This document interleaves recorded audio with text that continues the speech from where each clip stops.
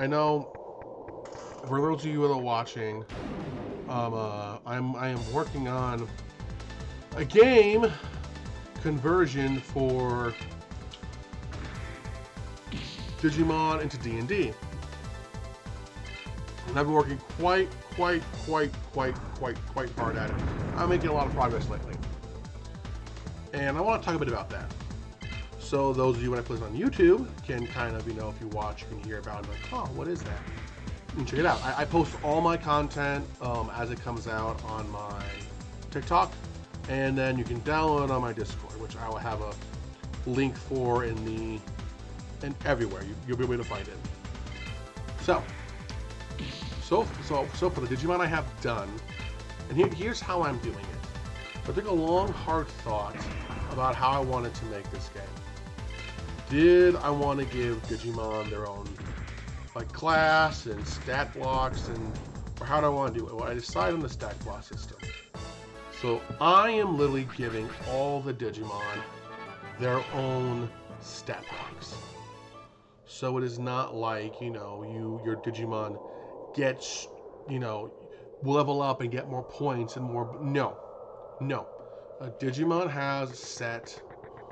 Now the DM, if they want, it can make more abilities and whatnot. But Digimon has a set stat for the most part. Now, when you gain stats, so let's say like a level 20, and I believe I have it so there's 5 ASI bonuses. That's 10 stats you can distribute amongst your Digimon. But it's permanent. So once you increase your rookie by 2 points for excess Constitution, every form will have that increased. But two things I did do is Digimon have 2 attacks they unlock automatically. So in Agumon's case, it's like Baby Flame, and I believe like Claw something. Very basic. But then they'll have other moves the DM can choose to unlock and give players as time goes on. So the feeling of progression. Not just that, I am giving Digimon what I call, once a Digimon reaches rookie, inherited abilities. Oh, I want to heal up in a minute. Now, what inherited ability is basically every 2 special abilities that Digimon has. So in Agumon's case, he has 1 that makes it more likely for him to succeed at intimidation and fear checks, and 1 that if he were to be knocked down, he can get back up again. Now, every digital evolution stage has 2 different ones, but when your Digimon evolves into its next stage, it gets to keep one of the 2 prior abilities. Now, the reason it gets to keep one of them is how I have it set up right now. At least, obviously, a DM could change how this works. But how I have it set up right now is when your Digimon digivolves for the first time into its new form. So we'll say two players both have Agumon. One Agumon becomes Greymon, and one Agumon becomes Triceramon. They're both stuck. That's what they have to become when they become champion permanently.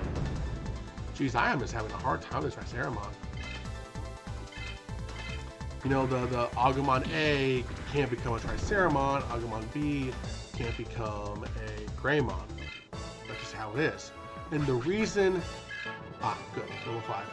The reason, double power, what does that do? The reason I have it set this way is because 1, Digimon death is a thing in this one. Because Digimon, when they die, as we all know, they become, or if you don't know, they get reborn as a Digi-Egg. So, and it's kind of a randomized thing. So basically, your DM can be like, okay, you had this egg, now it's this egg. You become, I'll roll the dice. Oh, this Digimon hatched from it. And the reason I did it that way,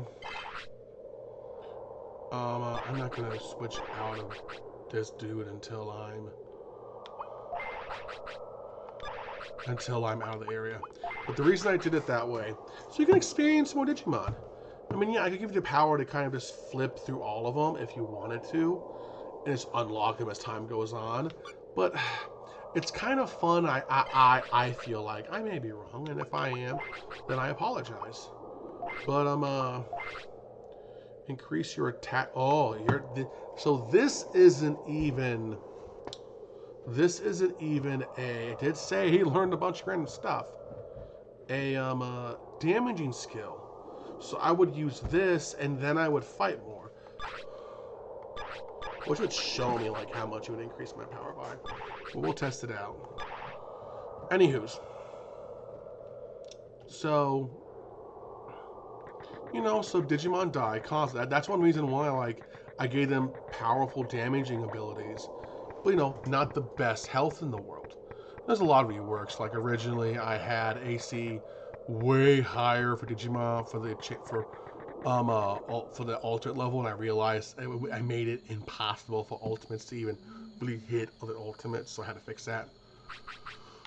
But that's one of the biggest things. I am making all my own classes. 3 out of the 4 classes I'm just gonna have 4 to start with are done, and the 3 I have currently, the 3 I have. Oh, I thought I didn't do that. Oh well. The 3 I have currently are the digital maintenance, which is a support-based class, healing, all that. From memory, it has 3. It has 3 subclasses. It has the commander, which is kind of like it commands and formation and things like that, and buffs the party. There's the Jester, I believe it's the name of it, which by using kind of trickery, entertaining, it buffs the allies and debuffs the enemy.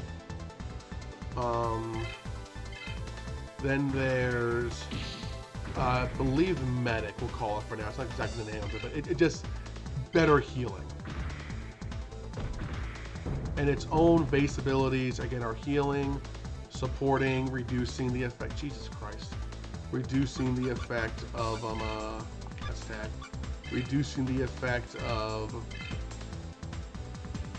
ailments and stuff like that, getting rid of ailments.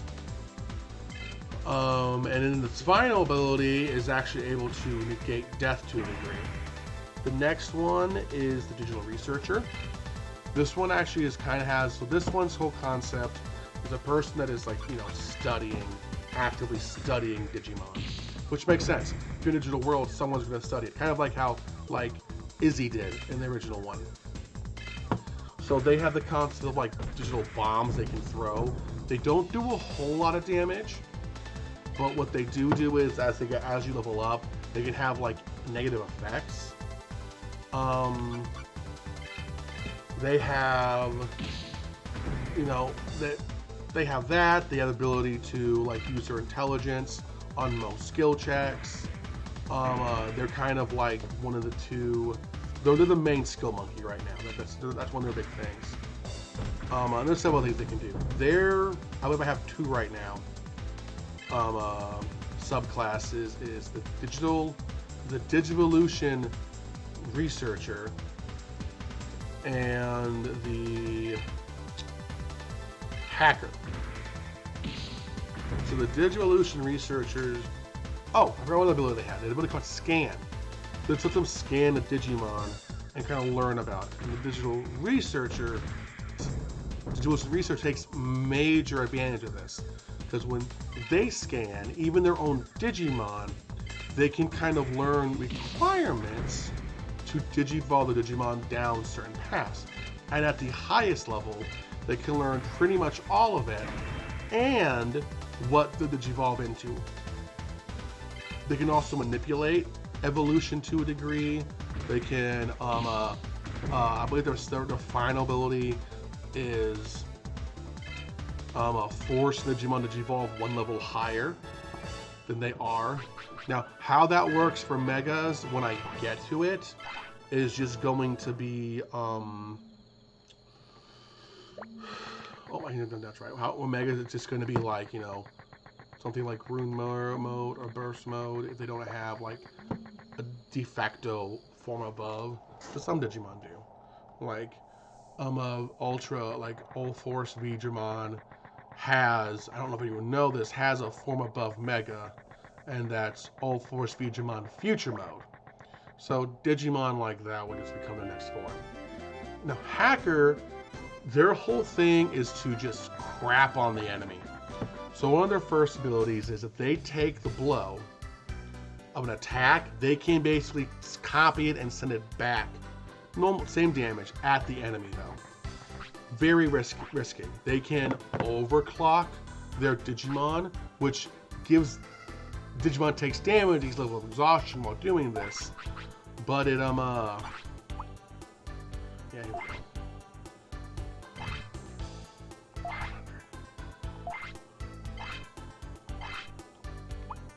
Jesus Christ, that's still not nearly enough. How many accessories, how many armor? Yeah, the only thing I have is that, dang. Well, I guess I'll buy more of those items. So they can overclock their Digimon, they can copy abilities, they can lag enemy Digimon. There's a lot of really cool stuff. And the newest one I just got is the Digital Scout. That is the one I just recently finished. So the Digital Scout's whole concept is basically like they would, if they were a D&D class, they'd obviously be Ranger. So I give them kind of similar abilities. One is they can scan an area or a terrain they're in. And like the Ranger, they'll get bonuses, like, you know, their favorite terrain. But unlike Ranger, as they get stronger, they can pick one. The biggest one. So here's my big problem with Ranger. So say we're doing a game, and my DM's like, yeah, it's gonna, you know, it's gonna be, you know, a bit of everything here and there. Well, what the crap I want to pick as my terrain? If we're gonna be in a bit of everything, what am I to do? So it just could become a very big useless thing for my character. So what I did is I gave them the option to during downtime to oh, I didn't save. Crap. Oh, I'll be fine. We're just training. On downtime, that is so much better. To switch it out. So if you had a forest one and now you're, well, this is locations. So we'll say you're in Torrent Forest and you move to, I don't know, File Ocean. You could switch out Torrent Forest. I gotta heal up now. Torrent Forest for File Ocean and be just fine. You can just switch it out and get the benefits. Not just that, you can have, as you level up, you have more of these slots to pick from. Maybe up to 4. They also have an ability to do a kind of like, you know, once they've scanned an area, they can mark a place on the digital map, which is in their Digivice, and they can actually send their sight and sound to that area for a period of time. Kind of scan and see what's going on. They have the ability to take their Digimon and make them, basically fold them into a different layer. Think like when you're working on like pictures on a document, and it's on a background layer. So Digimon can be heard and everything and attacked, but it's effectively invisible for a period of time, and it's very taxing on the Digimon. Now they have one subclass right now, and that is the Code Ninja. And the Code Ninja gets a sneak attack, but the sneak, god dang, it's the second one in a row. The sneak attack works for both itself and the Digimon, but only one can sneak attack a turn. The reason I did that is we don't, and there's a different dice. Like the Digimon's one is based on its Digivolution rank, while the Tamer's one is kind of a set one. And the reason I did this is because we don't need you know, like a Digimon doing too little damage and a human doing too much, or both of them together. But like they have that, they have the ability to do just a whole bunch of just like ninja kind of stuff. Not like oh sorry there. Not like Naruto ninja, like classic kind of Japanese ninja, like smoke ring, disappear, hide in darkness. Their final ability when they're in a scanned area and in shadow, they are considered the enemy searching for them always get disadvantage and they always have advantage to stealth. But again, that's their capstone ability. I have a lot of rules. The big thing I'm working on now, actually, is a packet. So I can actually, hey, here is the first version of the game. It's a full packet, rules, Digimon to pick from. Right now, when I make the Digimon, I'm only making them up to the ultimate level. Reason being is, one, it's kind of an homage to the first Digimon World game, because you can only go to all the Digimon World, and it's a little quicker. So right now the Digimon I have done is Agumon, Gabumon, Tentomon, Labramon. What else? Give me 1 second and I can look this up for you, because I have quite a bit done, and I have a few I'm working on in the back burner. Because again, I want to get this up and done. I want to make this a thing.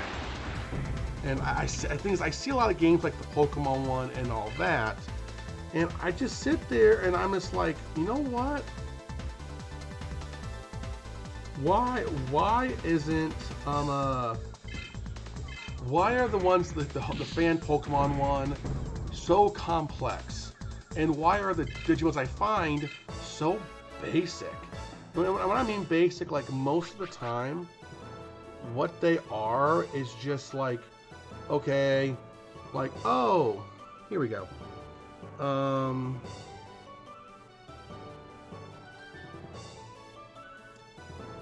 I'll have to, well, Beamon is one as well. I'll think it was 3. Like, there's a lot though. There's Agumon, Gabumon, Tentomon, Beamon, Labamon, Gillimon,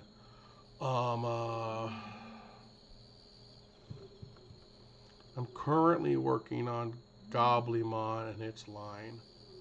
And what I do is, and Gomamon is one that just got put up.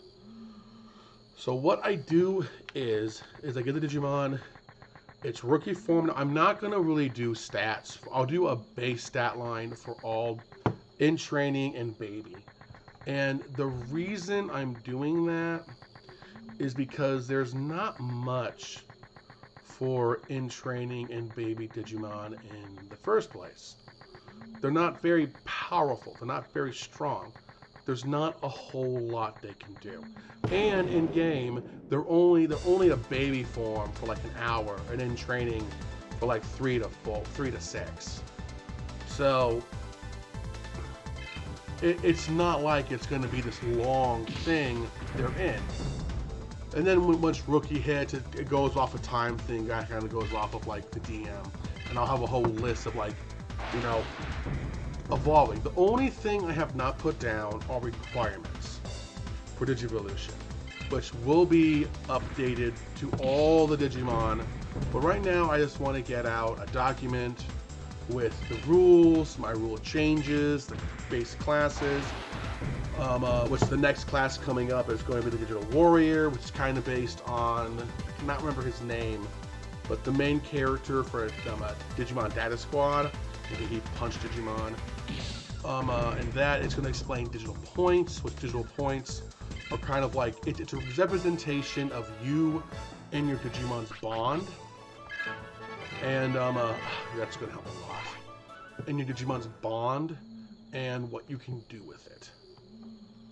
So Digimon points help Digimon Digivolve, as well as other things. If your Digimon has disadvantage, you can spend 5 to get rid of it. It can be used to heal your Digimon. How Digimon do attacks is through TP, and you can spend digital points to gain TP. There's a bunch of uses for it.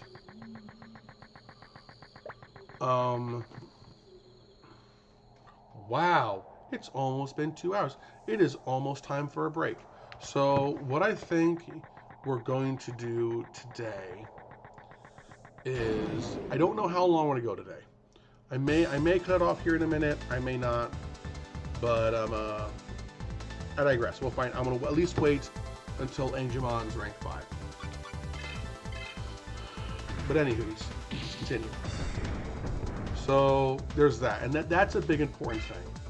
That's going to explain that, and you know how Digimon Digivolve, which that's all pat down. I feel like I have a good strong method. I did not want to tie it to the class though.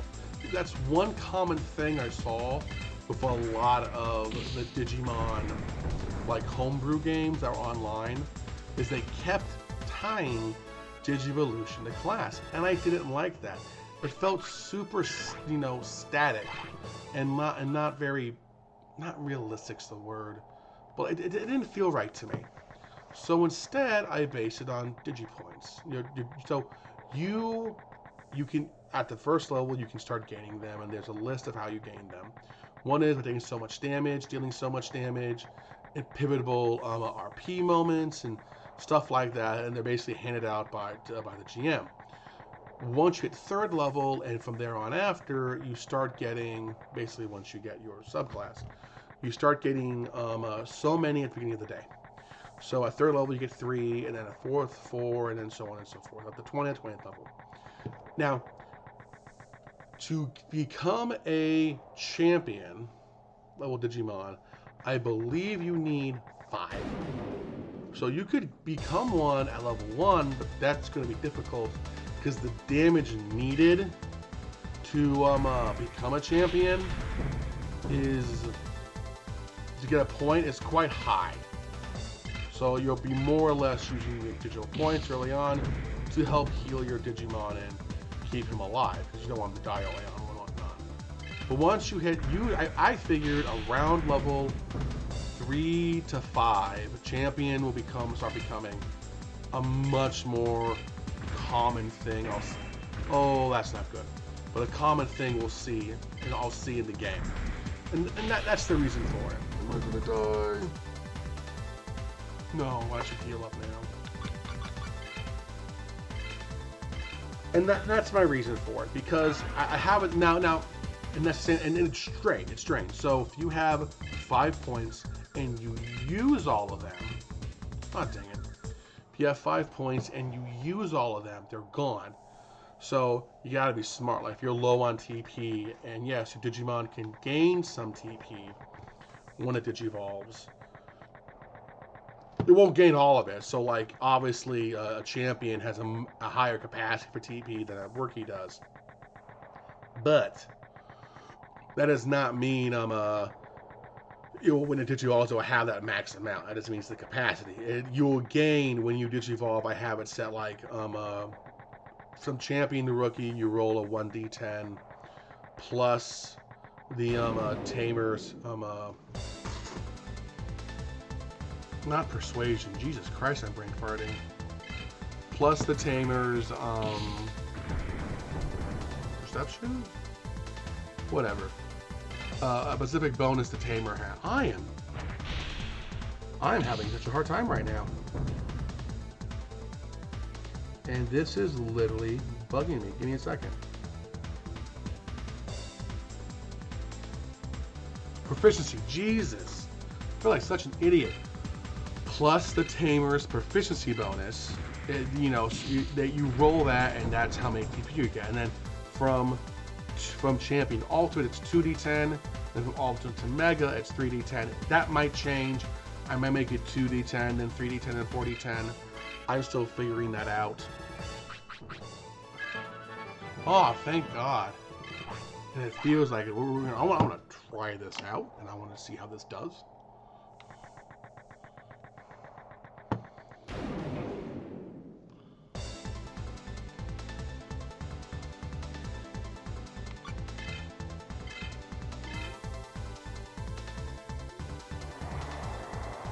That'd be so. Can you imagine if the first one's a physical move? Ah, I'd be so mad. Nice. Yeah, I think we're ready for the big scary force. But I'm gonna save. And then we're gonna go into it. I just took the steps. Huh.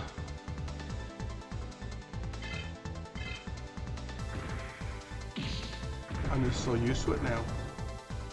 Anywho. So, but now you're probably asking yourself, when my Digimon, so what if I want my Digimon to stay in champion form? Well, once your starting digital points or Digivolution points, whatever you want to call them, reaches approximately 50% of the requirement. So for champion, once you reach level 8, you'll be able to, I'm rounding up, everything's rounded up in this one. You'll be able to keep your Digimon in champion form all the time. And 15 for ultimate. I feel that's pretty fair. To 6. I feel that's pretty fair to do it that way. I'm gonna take that item. Oh, I'm not in the wrong one. I feel that's pretty fair because I don't want, obviously, a person to be able to stay. Because at one point, I was trying to base it on food, and that just didn't work very well. Another point, I had a time-based thing, and I didn't like that either.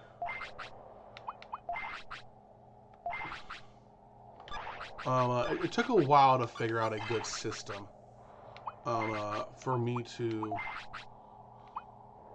Yeah, well, then go neither one. Sweet. It took me a while to figure out a good system to use for, and eventually, I just went simply, okay, they have the points again. Now, your Digimon being in its passive point, like permanent champion, will not drain 8 points every day. It's not how that works. Once you have 8 points, the bond's strong enough, you and Digimon are strong enough, they can handle that. Now, also,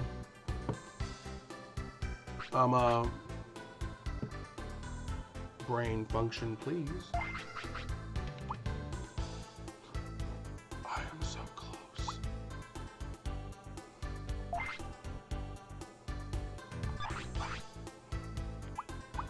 Oh, Patamon can use this.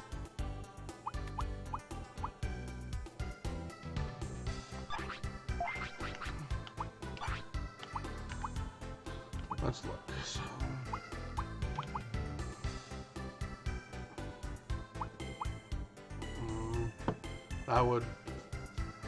Guillemon and Kumamon are pretty much the same right now, so I'm not gonna worry about it. I'm not gonna worry about it.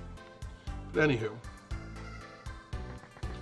I've done a lot of work on it. It's coming along pretty well. For a while there on my Discord, I had a voting system set up to pick the Digimon that I would work on next, but unfortunately, after a while, people just kind of stopped voting on it, which I understand. Holidays were coming up and everything, and things were getting busy, so I just didn't worry about it. But I do enjoy making these things for you all, and I want to continue doing it. And I figure if I let people on here know, then, you all can tell other people, and they can pop in too. Because I love this kind of, and I don't expect to make any money off of this. I've thought of maybe when I'm done trying to contact Bandai and being like, hey, I made this thing. Would you be interested in some kind of thing? I know almost for a fact they're gonna be like, no. But still, I digress. Let me get some more water. But yeah, I like it. I'm enjoying doing it. There's a lot of homebrew feats. There's a whole new system of feats, which I may allow you people to take at certain intervals the side feats. I don't know. I'm not sure on that. But they're called trainings. And basically, when you train, basically it's like, okay, you can, one will make a Digimon faster, one will make a Digimon have advantages on strength checks and lifting and all that. Basically, it'll give it powerful build. One will give your Digimon, just make it tougher and hardier. And then there's going to be advanced versions of those. And I did save, yes I did save. And I think that's pretty appropriate. Because that's just one big thing, like, you know, the whole like the gyms in here. Training's always been kind of a big part of the Digimon games, and I wanted to represent that. And that's one thing I really was working on, was trying to represent all the aspects of Digimon. Some of the feats will be reminiscent of some of the Digimon games, as well as the trainings. And I kind of want to bring back feats that introduce new gameplay styles. So one thing I noticed in modern D&D is that, I mean, now you can, to a degree, of how many feats are out there, excluding third-party content. There's a lot of really good third-party content. But how it used to be was you kind of like have your own like special way of doing things and fighting with feats. Pathfinder does this heavily. Like one example is like having so discs are a thing in Digimon, and discs can heal or hamper a Digimon. So they can like I should have healed. I didn't do that. Oh well. Well, no one used your MP anyway, so it's fine.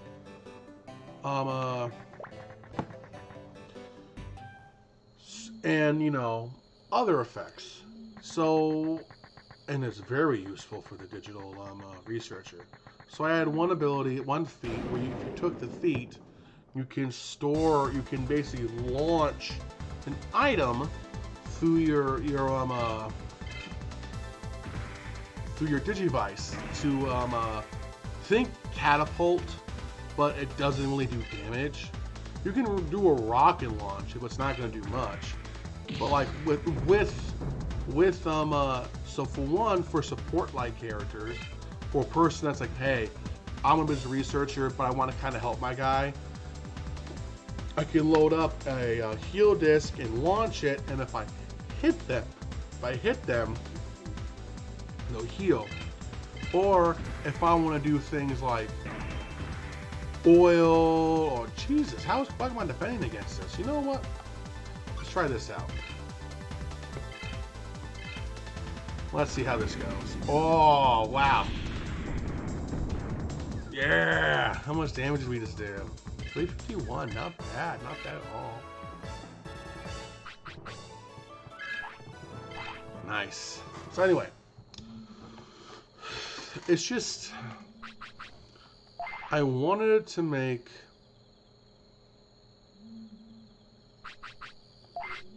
it's a fun game. I mean, no one can really blame me for that. If a game's not fun, why play it? That's always been like one of my biggest things. I'm not having fun, why continue the game? So I'm working very hard to make this fun, and I have you guys out there to help me. That's one big thing in my Discord. I mean, I wish there was more chatter on it, but it's still fairly new, and I'm still trying to get people to, you know, figure out how to get people to be active and talk and whatnot, and how do I go through this? But maybe I went too far. Aha.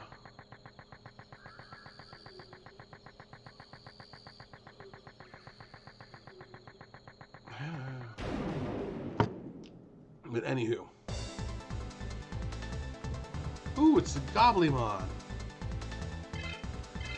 That's Gobblemon or Gobirdimon, as it is here.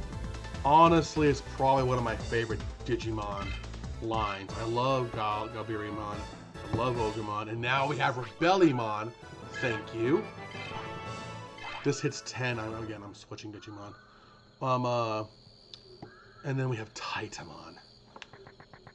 The only thing that would make me more happy, would color me pink, is if we got like Bancho, Ogremon. Because Ogremon should have a Bancho form. Those were giant snake statue things outside. Oh no.